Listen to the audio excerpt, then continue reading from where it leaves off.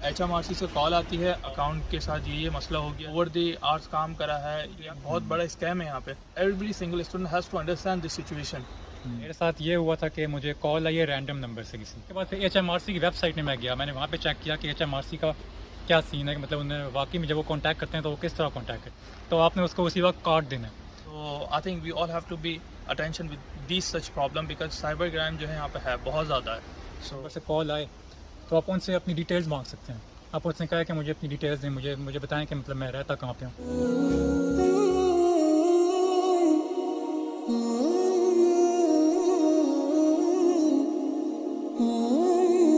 Okay जी, so here we have तला भाई। इनके साथ जो सीन हो गया वो ये है कि इनको HMRC से कॉल आती है और वो ये कहते हैं कि आपके अकाउंट के साथ ये मसला हो गया है या फिर आपके कुछ लीगल एक्शन जो है गवर्नमेंट ले लेगी। रीज़न ये होता है कि वो कहते हैं कि आपने कोई ओवर दी आवर्स काम करा है या फिर डिफरेंट इश्यूज़ के वो आपके साथ सिनेरियो क्रिएट कर देते हैं। सो ये तला भाई हैं जो एक लाइव एग्जांपल है इस चीज़ की, जो एक बहुत बड़ा स्कैम है यहाँ पे।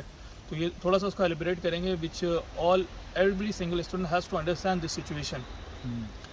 सो बेसिकली यहाँ पे आपके हैं कुछ थोड़े बहुत मसले हैं, थोड़े बहुत स्कैम्स भी होते हैं लोगों के साथ।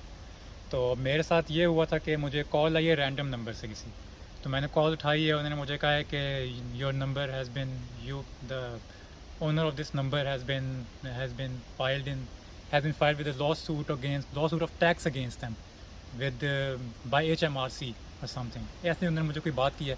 And in order to get more information about this criminal record you should press 1।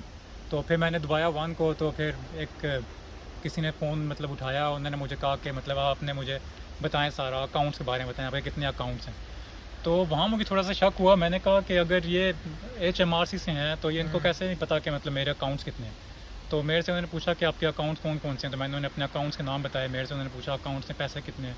तो खैर जब उन्होंने उन्हें पता लगा कि मेरे अकाउंट के पैसे कितने, तो उन्होंने उसी वक्त फ़ोन काट दिया। तो खैर आई गेस ये मुझे थोड़ा सा वियर्ड लगा था पहले ही। तो मैंने उसके बाद HMRC की वेबसाइट में मैं गया, मैंने वहाँ पे चेक किया कि HMRC का क्या सीन है, कि मतलब उन्हें वाकई में जब वो कॉन्टैक्ट करते हैं तो वो किस तरह कॉन्टैक्ट करते हैं। वहाँ से मुझे फिर पता लगा था कि ये बहुत बड़ा स्कैम होने लगा था मेरे साथ। अगर इन्हें पता लग गया था कि फिर मैंने बताया था कि मेरे पास कितने पैसे हैं अकाउंट वगैरह में, तो मुझे पता नहीं कि नेक्स्ट स्टेप क्या होना था। इन्होंने मेरे से कार्ड नंबर मांगने थे, अकाउंट नंबर मांगने थे।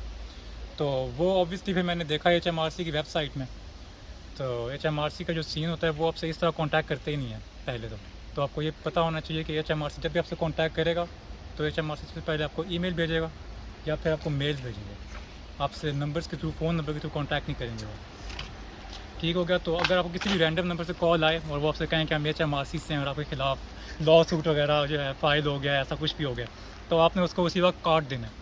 वो स्कैम है। आपने मैं खुद HMRC से हूँ। वरना फिर ऐसे वो आपसे आप कार्ड की डिटेल ले लेंगे, फिर वो आपके अकाउंट से पैसे निकाल लेंगे। ये स्कैम होते हैं यहाँ पे, तो आपको इस चीज़ से जो है ना be aware about these things. Yes. So ये सबसे बड़ा प्रॉब्लम है। और इसके अंदर अक्सर क्या होता है कि जब हम सो के उठते हैं तो उस टाइमिंग में, या हम सो रहे होते हैं उस टाइमिंग में कॉल आती है और एक रैंडम नंबर होता है, तो पहले वो एक शॉकिंग सा होता है क्योंकि एक रैंडम नंबर से कॉल आना और इस तरीके की बात कहना, तो हम लोग जो है ना एक शॉकिंग सिचुएशन में होते हैं और उसके अंदर हमें खुद नहीं पता होता हम लोग क्या कुछ कर जाते हैं। बिकॉज हम खुद एक डर जाते हैं और फिर जैसा जैसा वो बोलते चले जाते हैं हम लोग करते चले जाते हैं। So I think we all have to be attention with these such problem because cyber crime जो है यहाँ पे है बहुत ज़्यादा है।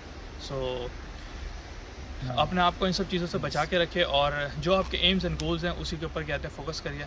और अगर आपको पहले से लग रहा हो कि मतलब ये चीज़ थोड़ी सी उस तरह शेडी है या सस्पिशियस है, आप उसी वक्त नंबर काट दें। आपको जिस ऑर्गेनाइजेशन से वो कह रहे हैं कि हम वहाँ से कॉल कर रहे हैं, आप उनको डायरेक्ट कांटेक्ट करके पूछ लें, क्योंकि उनके सारे कॉन्टैक्ट्स वगैरह होते हैं ऑनलाइन। आप उन्हें कांटेक्ट करें, उनसे पूछें कि क्या आपने वाकई में मुझे कॉल किया है नहीं की। आप कभी भी जो है ना ऐसे किसी भी रैंडम नंबर से फ़ोन ना उठाएं, क्योंकि ये सारे बेसिकली स्कैम्स ही होते हैं। अगर आपसे कोई भी कांटेक्ट करने की कोशिश करती है ऑफिशियल ऑर्गेनाइजेशन, वो हमेशा उनका ऑफिशियल अपना तरीका होता है, प्रोफेशनल टाइप। वो आपसे कभी कॉल बेस नहीं करते, वो ईमेल करेंगे आपको या आपको मेल करेंगे। उसके बाद फिर आपने जो एक्शन लेना होता है आप उसके मुताबिक लेते हैं। और बेसिकली अगर एक और भी चीज़ है कि अगर आपको ऐसे किसी रैंडम नंबर से कॉल आए तो आप उनसे अपनी डिटेल्स मांग सकते हैं। आप उसने कहा कि मुझे अपनी डिटेल्स दें, मुझे बताएं कि मतलब मैं रहता कहाँ पे हूँ, देखने के लिए कि वो कितने जो है ना इस तरह वैलिड है। तो वो आपको नहीं दे सकेंगे 100%। आपको उन्हें पता ही नहीं होगा आपकी डिटेल्स की, आपका रहते कहाँ पे हैं, आपका सब कुछ। तो इन चीज़ों से जो है ना मतलब ये तरीका है कि आप इनसे बच सकते हैं। तो बाकी ऐसे हैं। That's all for this. Hmm. Be aware, be attentive in your every single situation. अल्लाह ताला हम सबको अपने हिफ्ज़ अमान में रखे। अभी तक के लिए इंशाल्लाह इतना ही। इंशाल्लाह फिर मुलाकात करते हैं कुछ इंटरेस्टिंग टॉपिक के साथ। तब तक अपना बहुत सारा ख्याल रखिएगा। अस्सलाम वालेकुम व रहमतुल्लाहि व बरकातुहू।